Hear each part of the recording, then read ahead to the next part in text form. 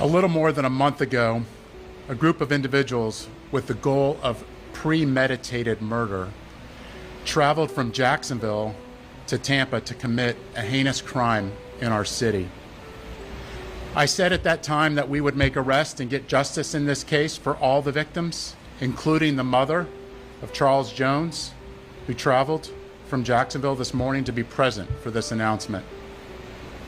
Today, I stand before Tampa Police Major Pat Messmer, Jacksonville Sheriff T.K. Waters, and Hillsborough State Attorney Susie Lopez to announce the arrest of 3 people in the deadly shooting of Charles Jones, also known by his stage name of Julio Foolio. In addition, we have warrants and are actively searching for 2 other individuals in this case. Today's announcement would not be possible without the outstanding investigative work of our homicide detectives and with the assistance of the Jacksonville Sheriff's Office and the ATF. These individuals took extreme measures to try to cover their actions, but they were no match for our investigators. Isaiah Chance, Alicia Andrews, Sean Gathright, Davion Murphy, and Richard Murphy are all accused of playing a role in Jones's death and are all charged with 1 count of murder in the first degree, premeditated with the discharge of a firearm, and 1 count of conspiracy of murder in the first degree, premeditated with the discharge of a firearm. Chance, Andrews, and Gathright were arrested over the weekend in Jacksonville. Davion Murphy and Richard Murphy are still fugitives of justice, and we are working closely with the Jacksonville Sheriff's Office and the U.S. Marshals to apprehend them. On June 23rd, Tampa police officers responded to a shooting on McKinley Drive and located 4 victims. 1 person, later identified as Charles Jones, was pronounced deceased.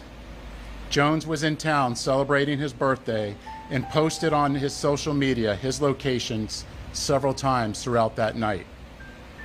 Surveillance video was critical in this investigation, as suspects were seen on video following Jones from location to location. This shows the lengths that these individuals were willing to go through and achieve that this murder would occur. At 4:15 in the morning, Jones began to head to a hotel on McKinley. One of the suspect vehicles is seen following the victim. However, instead of following them into a parking lot, they stage across the street. At 4:38, 3 shooters exit a vehicle and walked in the direction of the hotel. They murdered Jones with a handgun and 2 rifles. This barrage of gunfire also struck 3 additional victims who miraculously survived this incident. Let's look at this video.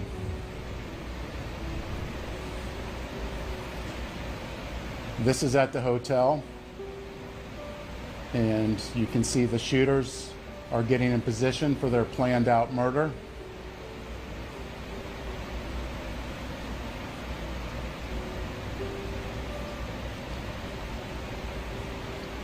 And they are shooting at Charles now, and you can see that he's the passenger in that car that's moving and trying to flee.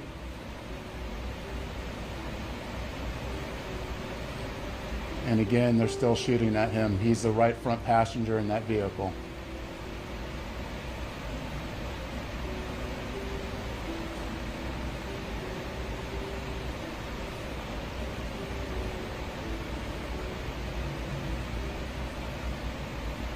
It's clear from that video what they were set out to do and what they had planned to do. The investigation would later reveal that the 3 armed shooters were Sean Gathright, Richard Murphy, and Davion Murphy. Detectives used footage from the scene, license plate readers, and phone logs to identify 2 vehicles and link them back to the suspects.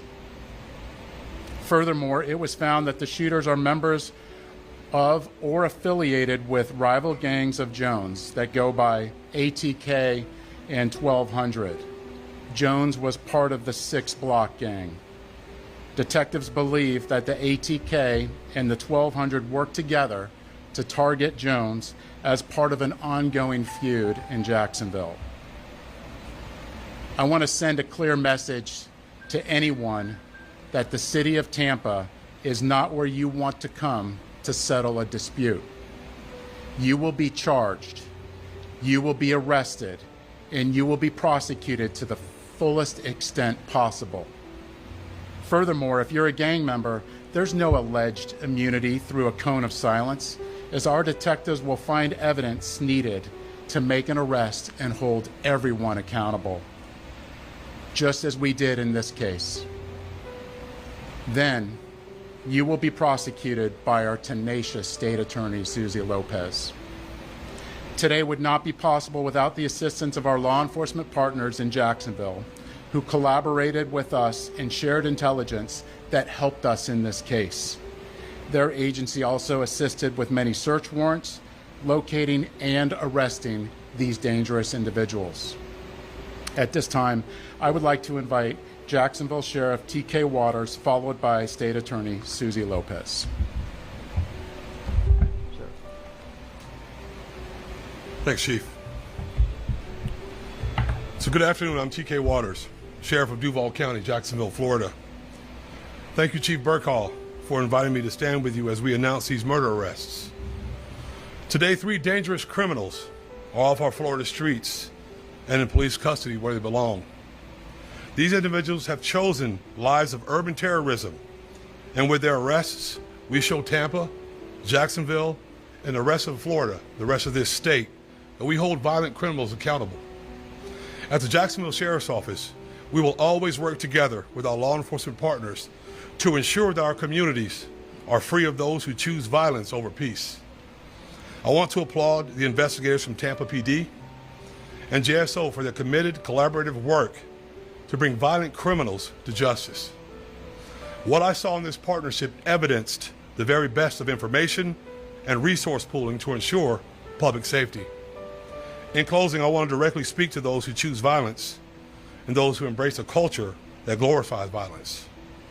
Florida, Tampa, JSO, Jacksonville, Miami, wherever you are, will not tolerate foolishness, will not tolerate shootings and needless violence. We will not make excuses for poor decisions. We'll hold you accountable for your criminal actions. Florida is a state of law and order. Law enforcement agencies in this state will always work together to protect the good and decent people who chose to live within the law.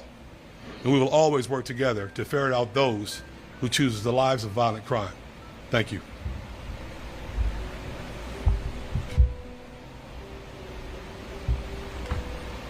Thank you, Sheriff.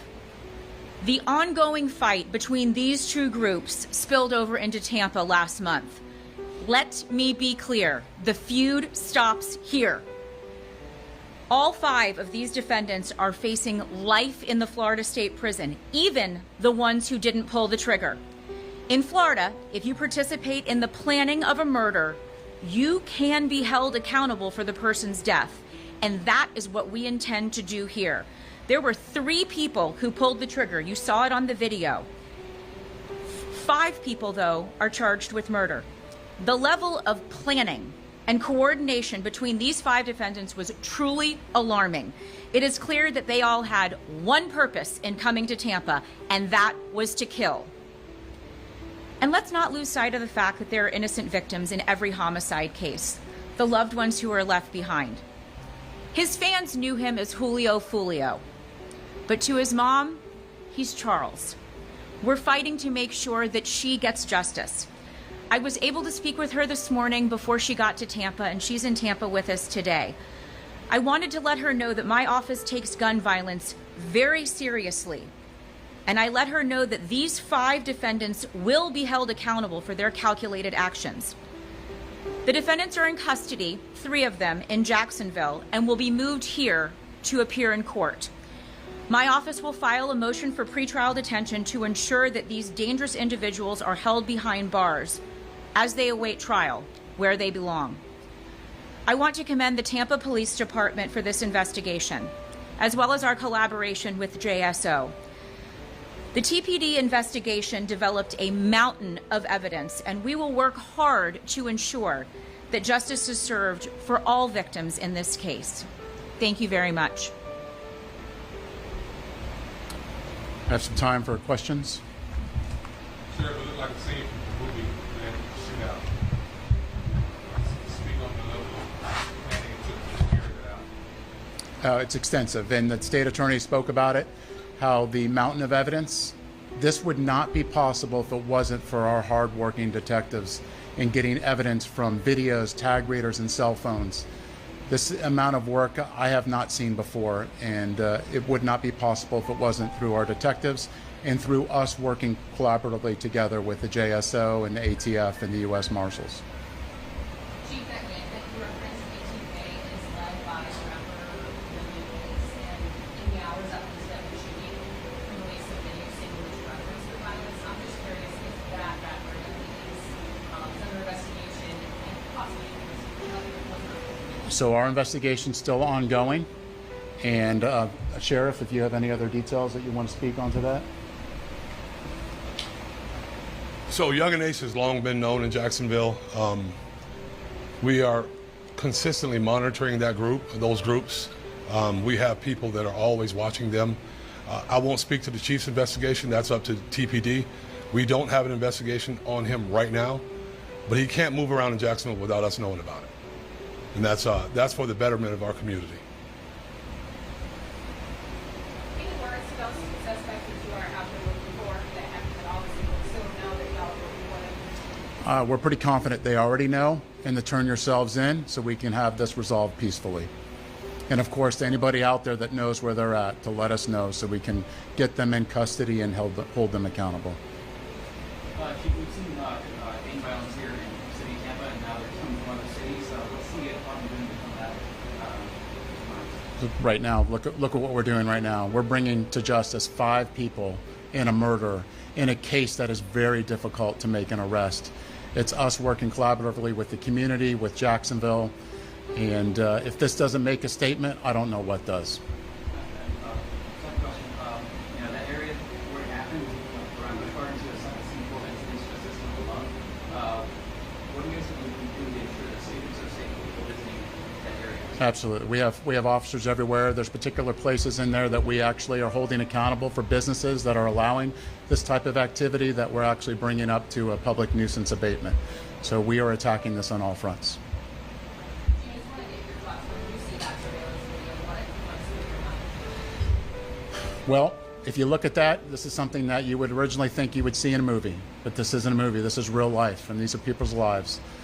And that's something that we can't forget, is no matter who they are, these are people's lives that are at stake, whether they're innocent or not, and we can't lose sight of that.